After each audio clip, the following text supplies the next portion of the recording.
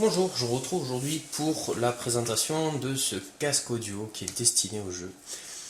On le voit tout de suite par rapport au look du casque qui reprend les tons décidément très à la mode en ce moment, du bleu et du noir. Et on a une boîte cartonnée qui indique clairement que c'est un casque destiné au jeu, gaming headset. On voit musique, game, stéréo compatible, un microphone ajustable à 120 degrés et des mousses, donc des oreillettes qui sont confortables puisqu'elles sont plutôt molletonnées. Le câble fait 2 mètres 2. Voilà pour les caractéristiques principales qui sont par ailleurs rappelées dans la notice qui est fournie. Alors une notice qui est dans 2 langues, du chinois d'abord et après de l'anglais, qui va indiquer la procédure d'installation quand on utilise Windows 7. Moi, ce qui me concerne, je l'ai testé sous Windows 10 en version 64 bits, donc j'ai pas eu besoin d'installer des drivers ou quoi que ce soit. Je l'ai plugué, il a été reconnu immédiatement. Alors, c'est un casque qui ne va pas se brancher via des fiches jack, mais par port USB 2, comme je vous montre la fiche à la vidéo. On le branche et après, si le système d'exploitation est suffisamment récent, la détection se fait automatiquement. Après, il faut modifier les paramètres de son dans le panneau de configuration pour spécifier que la sortie audio doit se faire à travers le casque et non pas à partir des haut-parleurs habituels. Alors ensuite, c'est un casque qui est assez imposant. Il est fait de matériaux plastiques, alors c'est pas forcément du haut de gamme, mais ce que j'apprécie moi sur ce casque là, c'est la largeur des oreillettes qui viennent complètement englober l'oreille de l'utilisateur, en tout cas mon oreille était complètement prise à l'intérieur du casque, donc ça crée une bonne immersion quand on joue. L'arceau, alors on a un système c'est un peu différent de ce qu'on a l'habitude de trouver, puisque on n'a pas un arceau rigide qui est agrandissable ou qu'on peut rétrécir par un système de cran. Là, tout se joue avec la bande en caoutchouc qui va faire le tour de la tête et qui donc va s'adapter aux différentes morphologies de manière à pouvoir mettre le casque quelle que soit la forme du crâne. Ensuite, qu'est-ce qui peut être noté et mis en avant? Le micro qui est intégré. Donc, je disais tout à l'heure qu'il avait une amplitude de 120 degrés.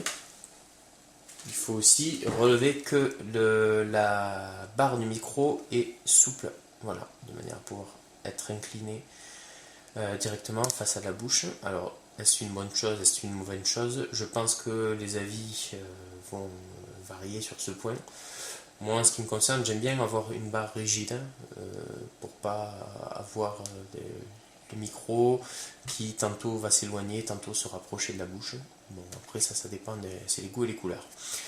Au niveau de la qualité sonore, alors, moi je trouve que c'est un casque qui rend très bien le son.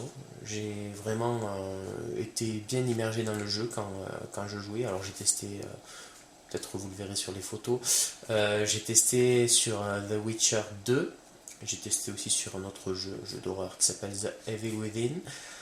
Alors dans le jeu, à partir du moment où de toute façon le casque il est plugué, on a les oreillettes qui s'allument en bleu, ce qui fait vraiment, ce qui est caractéristique des casques gaming avec des néons ou des LED bleutés. Alors là ça y manque pas, chaque oreillette va s'allumer en bleu. Et donc c'est un bleu qui reste fixe, pas de clignotement ou autre. Et on a également le panneau de contrôle du casque qui va s'allumer en bleu. Alors ce panneau de contrôle qui est fait de matière plastique, c'est ce que je regrette un peu, c'est que ça fait ça fait pas haut de gamme de voir ce système là. On a un potentiomètre, un bouton de potentiomètre qui va permettre de monter le volume ou de le diminuer, voilà.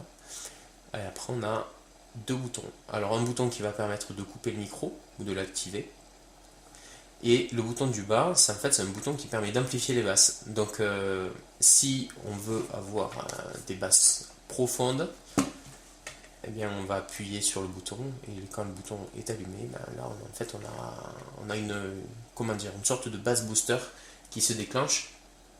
Alors c'est très sympa, c'est vraiment très sympa quand on écoute de la musique, quand on joue, etc.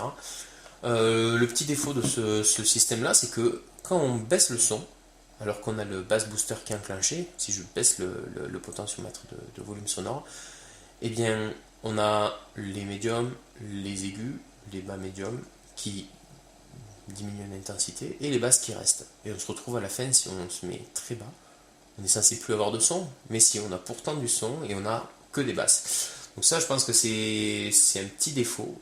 Bon, après, faut savoir que ça existe. Et puis, c'est un mode qu'on active à l'occasion, si besoin, voilà, si on aime bien avoir des basses profondes. Le câble, je disais tout à l'heure, il fait une bonne longueur, 2,20 m. Il y a une bande de serrage en caoutchouc qui permet de lier les longueurs superflues, inutiles. Et je pense avoir fait le tour de la présentation de ce casque audio destiné au jeu. Donc c'est un casque, j'ai pas donné le nom de la marque, c'est Sades qui fait ça. Voilà, Sades Gaming Headset, donc un casque avant tout dédié au jeu. Et j'espère que cette vidéo vous aura été utile. Je vous souhaite une bonne continuation et je vous dis à bientôt.